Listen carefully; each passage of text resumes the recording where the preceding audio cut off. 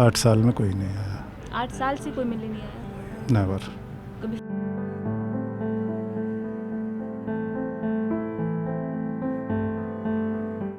खाना भी नहीं देती थी वो, तो ऐसे रात को कहती तो बिस्कुट खा के सो जाएगी।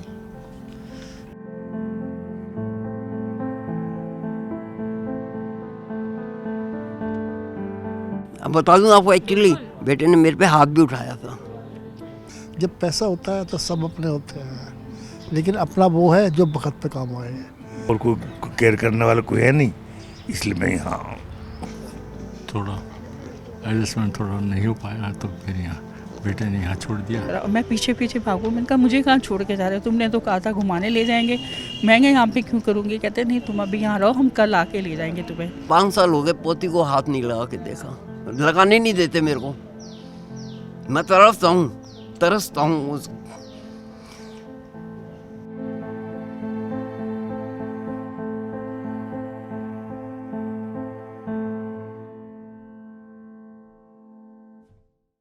उम्र दराज से मांग कर लाई थी 4 दिन, 2 आरजू में गुजर गए और 2 इंतजार में। उम्र के आखिरी पड़ाव में हर कोई एक ऐसे मोड़ पर पहुंचता है जहां उसे लगता है कि अब जिंदगी का हिसाब किताब करने का वक्त है। लेकिन कई लोगों के लिए हिसाब किताब वाली जो जगह है वो उनका घर नहीं, वो वृद्धाश्रम होता है, यानी ओल्ड एज होम होता है। यहाँ पर रहने की सबकी एक अलग कहानी है, सबकी अलग वजह है। कोई अपने परिवार से तंग आकर यहाँ आ गया है, किसी के परिवार ने उन्हें छोड़ दिया है, और कोई ऐसे भी हैं जो स्वाभिमान के साथ जीना चाहते हैं और हम उम्र लोगों के साथ रहना चाहते हैं, इसलिए वो यहाँ आ गए। इस ग्राउंड रिपोर्ट में आज हम आपको किसी को टारगेट नहीं करेंगे, ना ही हम ये दिखाने की कोशिश करेंगे कि कौन गलत है कौन सही है। हम बस आपको यहाँ पे ये दिखाने और ये महसूस कराने लाए हैं कि यहाँ पे लोग कैसे रहते हैं, और पर रिश्तों की इस अजीब सी पेचीदगी में कैसे अब वो लोगों के साथ एक नई ज़िंदगी की शुरुआत कर रहे हैं। इसलिए हम आज आए हैं आंगन ओल्ड एज होम में, जहाँ पे हम आपको दिखाएंगे, महसूस कराएंगे लोगों की बातें, उनके एक्सपीरियंसेस। नीति आयोग की 2021 की रिपोर्ट के मुताबिक भारत में करीब 11 करोड़ बुजुर्ग हैं। 75% बुजुर्ग पुरानी बीमारी से जूझ रहे हैं। हर तीसरे बुजुर्ग में डिप्रेशन के लक्षण हैं। 70% बुजुर्ग दूसरों पर निर्भर हैं।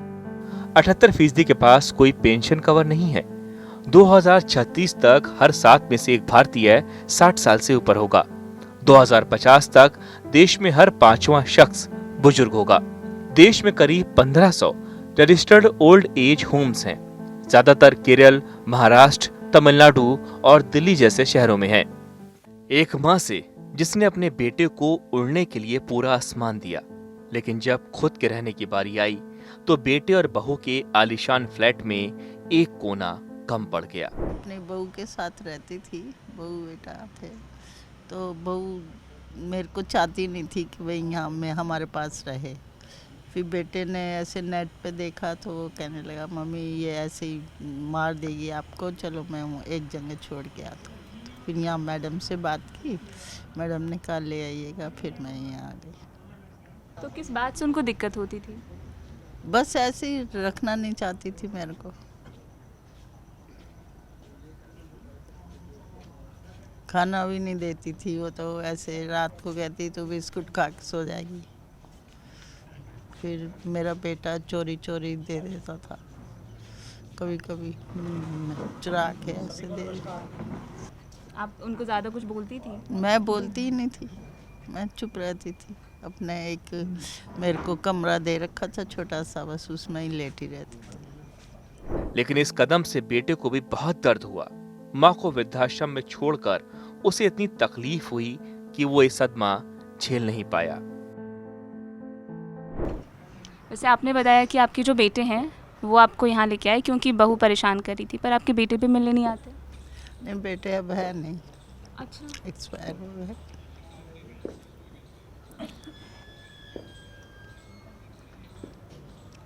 आप 4 साल पहले यहाँ आई हैं, आपके बेटे की डेथ कब हुई?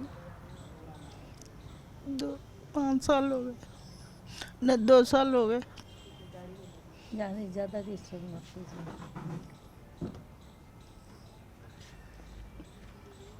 आपकी कोई पोता पोती हैं? वो आते हैं कभी? नहीं। फोन वोन कुछ नहीं?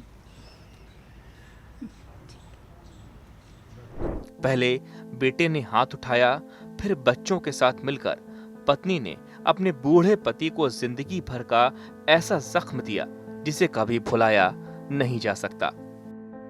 थोड़ा सा गुस्सा करता हूँ तो उनको पसंद नहीं है, और सफाई पसंद करता हूँ तो उनको पसंद नहीं है, तो उन्होंने घर से निकाल दिया।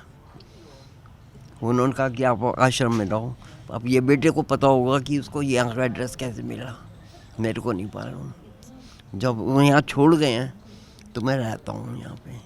कोई भी अब नहीं सोचता है कि फ्यूचर में कभी ऐसा होगा कि मैं अपने परिवार से दूर रहूंगा। तो जब आपको पहली बार उन्होंने बोला कि पापा चलो, तो आपने क्या सोचा? अब बता दूँ आपको, एक्चुअली बेटे ने मेरे पे हाथ भी उठाया था। एक बेटा बाप पे हाथ उठा ले, उस बाप के लिए उस घर में रहना मुश्किल हो जाता है। और बेटा जब ये कह दे कि घर से निकल जाओ, फिर आप सोच सकते हो कि क्या हो सकता है। एक बेटा बाप से ये कहे और थप्पड़ मार दे मुंह पे, तो सबसे बड़ी लानत होती है बाप के लिए। वो घर किसने बनाया था? वो पहले अपन दिल्ली में रहते थे, वो हमारा घर था। मैंने बीवी के नाम कर दिया था। आज उन्होंने मेरे को निकाल दिया कि घर से, कि अब पैसे तो है नहीं, अब कहीं ना कहीं दर की ठोकरें खाएगा। मिसेस को मतलब आदमी का साथ देना चाहिए था, उसने मेरा साथ नहीं दिया। क्योंकि मैं जब तक कमाता था तब तक मेरी थी, जब मैं नहीं कमाता हूँ तो मेरी से मेरी नहीं थी। पैसे से आज दुनिया है, मानते हैं इस चीज़ को।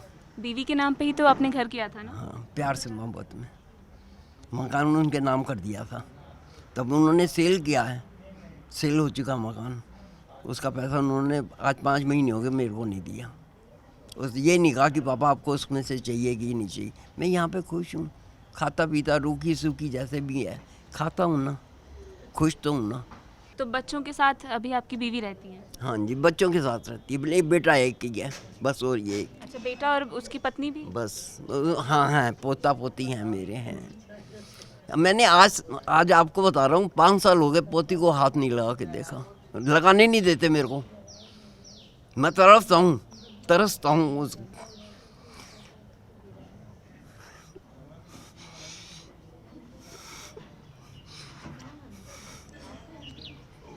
पोता 6 महीने होने को आ गया, मेरे को पास नहीं जाने देते, पोते को पास नहीं आने देते। मेरी डॉगी है, उससे इतना अटैचमेंट है। यहाँ आई थी वो, उसको देख के दंग रह गए थे सारे, कहते इतनी सुंदर है। मैं क्या, वो बिल्कुल मेरी तरह ही है, जैसे मैं सुंदर हूँ वैसे मेरी डॉगी भी।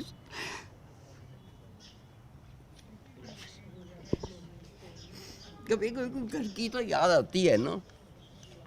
मगर 6 महीने हुए, टाइम जैसे बीतता जाएगा धीरे धीरे सख्त होता जाऊंगा। अभी तो नरम हूँ, अभी तो याद आती है उनकी, फिर कब तक याद होगा।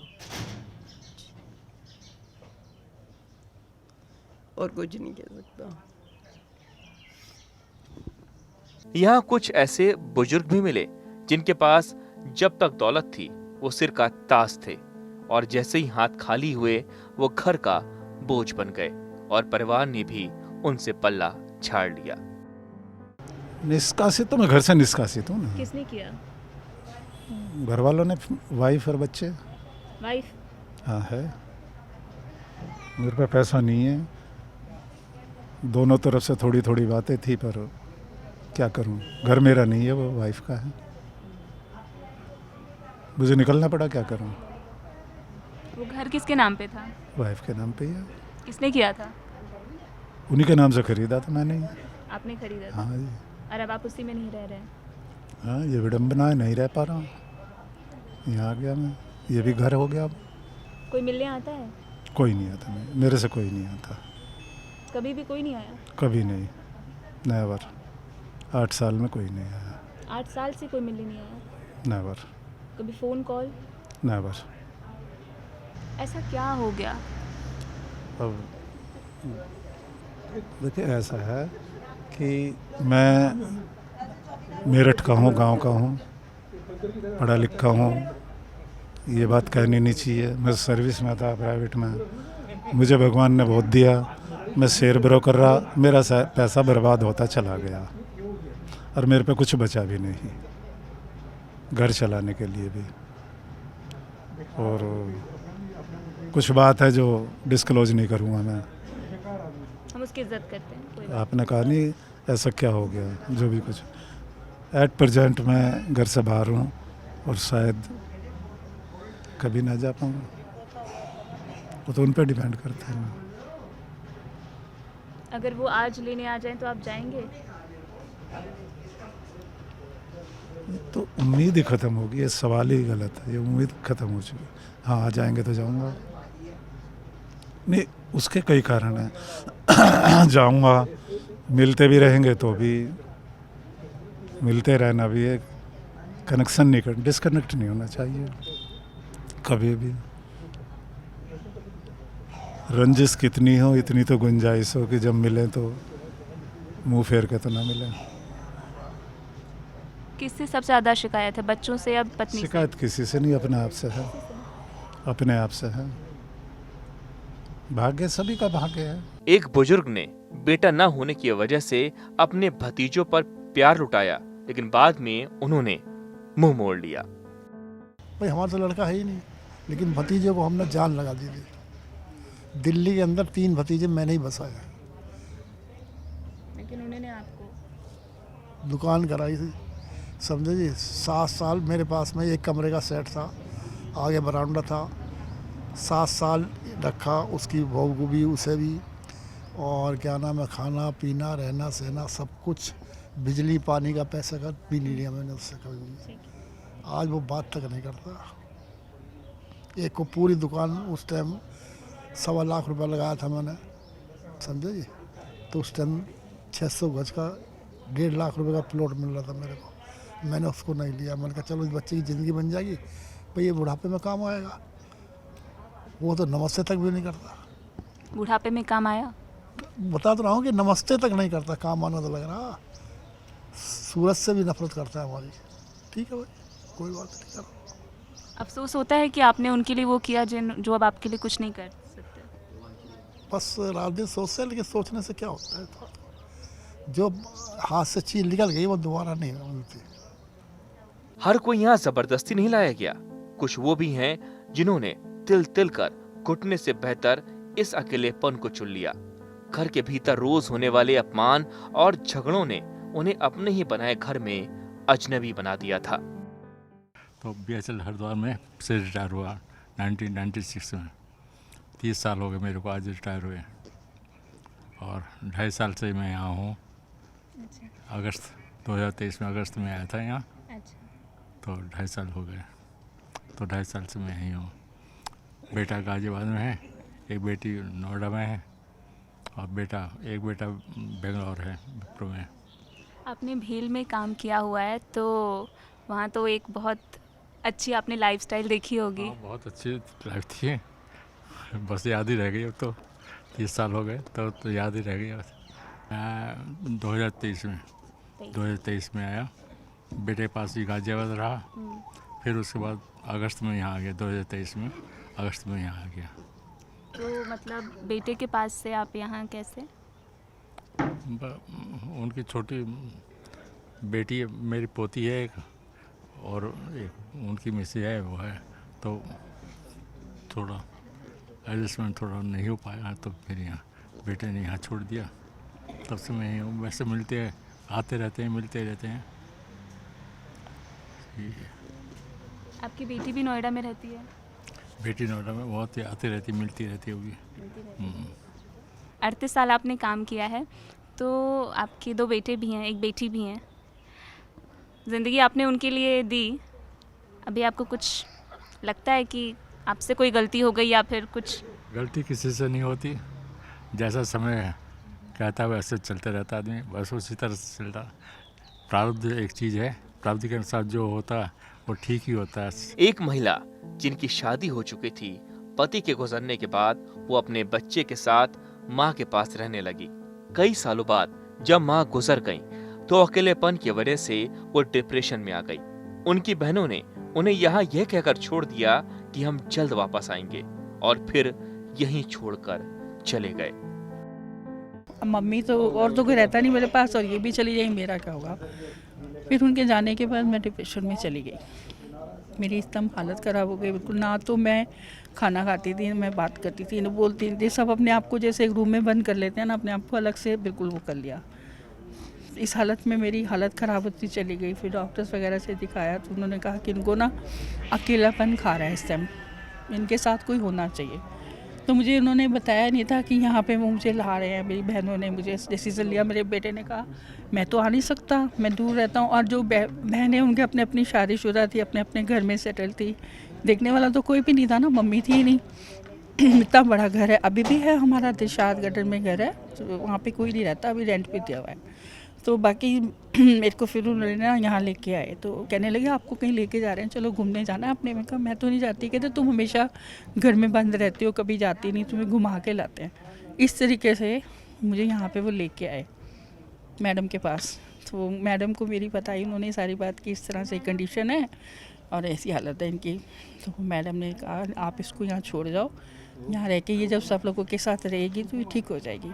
उसको मैं ठीक, मैडम ने मुझको सब कुछ, जब उन्होंने मेरी स्टोरी सुनी ना, छोटी सी एज में इतने दुख देखे, तो उनको मेरे को बड़ी सिंपैथी से उन्होंने कहा मैं इसको ठीक करूँगी, आप इसे छोड़ जाओ। फिर मैडम के पास छोड़ के तो मैं जब, मुझे नहीं पता था, वो लोग एकदम मुझे छोड़ के ना, यहीं ऑफिस था मैडम का, यहाँ से गए, वो पीछे से चले गए मेरी बहनें वगैरह, और मैं पीछे पीछे भागूँ। मैंने कहा मुझे कहाँ छोड़ के जा रहे हो, तुमने तो कहा था घुमाने ले जाएंगे, मैं यहाँ पे क्यों करूँगी। कहते नहीं तुम अभी यहाँ रहो, हम कल आके ले जाएंगे तुम्हें, कल चलेंगे घर, कुछ एक दिन के लिए रहो यहाँ। लेके चली मैं उसके साथ, मतलब यहाँ पे फिर रहना शुरू किया। 2-4 दिन हुए, फिर वो मेरी बहन अपना बुक्स, मेरे अपने कपड़े वगैरह मैं लाई नहीं थी, थे नहीं। फिर वो अगले दिन कपड़े दे के गई मैडम को। उन्होंने कहा आप इसका ट्रीटमेंट शुरू करो, जो भी होगा। फिर डॉक्टर वगैरह भी यहाँ पर आते थे विज़िट पे। एक डॉक्टर राशिमा गुप्ता थी, उसने मेरे को चेक किया, उनका ठीक हो जाएगी ये। फिलहाल उन्हें उम्मीद है कि बेटा शादी के बाद उन्हें अपने साथ रखेगा। बेटे का कॉल आता है, हाँ बेटे की कॉल आती रहती है। मिलने आता है कभी? 1 साल हो गया उसको मिले हुए मेरे को। बाहर रहता है, बेंगलोर में जॉब करता है, तो उसको आना थोड़ा सा रहता है टफ। आ जाता है मिलने के लिए। अभी 1 साल से मेरे पास आया नहीं। शादी हो गई बेटे की? अभी नहीं करी उसकी शादी, अभी करनी है करने शादी। के बाद फिर परिवार के साथ रहने का वो मन है? खुद ही कह रहा था कि मेरा अगर सेटलमेंट हो गया तो मैं आपको यहाँ से ले जाऊँगा। साल दर साल ओल्ड एज होम्स के नंबर्स बढ़ते जा रहे हैं। इन वृद्धाश्रमों में तमाम तरह के केसेस आते हैं। इस बारे में गहराई से जानने के लिए जब हमने वृद्धाश्रम के संचालक से बात की तो हमें उन्होंने इसके पीछे की कुछ कॉमन वजह बताई। कि मैं इसमें ना ये नहीं कहूँगी कि सिर्फ बच्चों की गलती होती है, कहीं ना कहीं बड़े भी इसके रिस्पॉन्सिबल होते हैं, क्योंकि जो उन्होंने बच्चों को दिया है वही उनको वापस मिल रहा है। बच्चे जैसा देखते हैं वैसा करते हैं। कहीं ना कहीं उनका लाड़ प्यार इतना ज़्यादा रहा, उन्होंने बच्चों की ज़रूरत से पहले उनको सब चीज़ हाजिर कर दी। उन बच्चों को उस पैसे की वैल्यू ही नहीं पता, उन माता पिता की वैल्यू नहीं पता। उनको वो पैसा कमाने की होड़ में शायद ये भूल गए कि बच्चों को सबसे पहले संस्कार देने ज़रूरी है, वो कल्चर सिखाना ज़रूरी है। उनको शायद वो कभी दादा दादी के पास लेके नहीं गए। लेकिन मेरे पास तो बहुत सारे ऐसे भी लोग हैं जो ये कहते हैं कि हमने अपने माता पिता की बहुत सेवा की, लेकिन हमारे बच्चों ने हमें छोड़ दिया। तो रीज़न तो अलग अलग हैं, कुछ भी कह सकते हैं, कहीं बड़ों की गलती है, कहीं बच्चों की गलती है। लेकिन मेरा ये मानना है कि बच्चे तो, हमारे भी बुज़ुर्ग हमें परेशान करते थे, या ये बुज़ुर्ग जो मेरे पास 54 लोगों की संख्या है, ये भी समटाइम तो ऐसा करते हैं कि मुझे बहुत तेज़ गुस्सा भी आ जाता है कि मैं परेशान हो जाती हूँ कि मैंने ये सिस्टम क्यों शुरू किया। कई बार मुझे भी आता है, क्योंकि मैं भी इंसान ही हूँ ना, मुझे भी गुस्सा आता है। लेकिन दूसरे ही पल मुझे ये ख्याल आता है कि अब इनका कौन है। बच्चों को ये ख्याल क्यों नहीं आता कि जब बचपन में माँ बच्चे को खिला रही होती है, कितने बार बच्चा माँ के बाल नोच लेता है, उसको काट लेता है, उसको हर्ट भी करता है ना। पूरी रात बच्चे रोते हैं, माँ जगती है, उनके डायपर बदलती है, उनको सुलाने की कोशिश करती है, लेकिन उस टाइम थप्पड़ तो नहीं मारती, या अपने बच्चे को बाहर जाके तो नहीं बैठा जाती ठंड में। तो फिर बच्चे कैसे कर देते हैं। तो ये जो परिवर्तन हमारे समाज में आ रहा है और बहुत तेज़ी से आ रहा है, और उसका कहीं ना कहीं एक कारण न्यूक्लियर फैमिलीज़ भी हैं। जो माता पिता में ये होड़ लग गई ना कि हमारे बच्चे विदेश चले जाएं, हमारे बच्चों को सब मिल जाए, उसका बहुत बड़ा कारण ये है।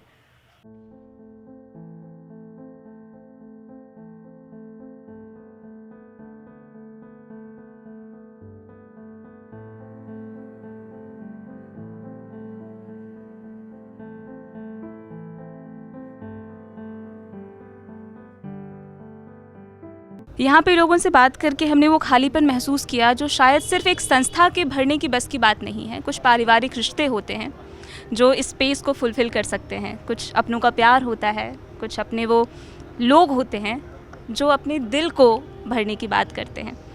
मैंने आपसे शुरू में ही कहा था कि मैं आपको ज़रूर फील कराऊंगी कि एक नई ज़िंदगी की शुरुआत क्या होती है पास्ट को भुलाकर, तो वो शुरुआत ऐसे होती है। कैमरा पर्सन नकुल शर्मा के साथ मैं उजाला गुप्ता, कड़क।